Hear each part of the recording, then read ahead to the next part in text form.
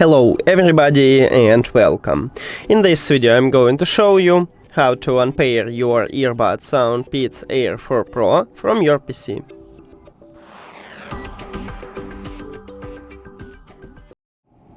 You have to start by press one time at the Windows button on your keyboard and then write Bluetooth. Now, if you see Bluetooth and other devices, excellent, just click enter or press on it.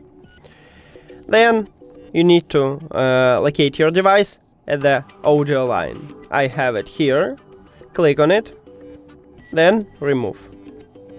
After that you can put your earbuds to the charging case and close the case. We did it!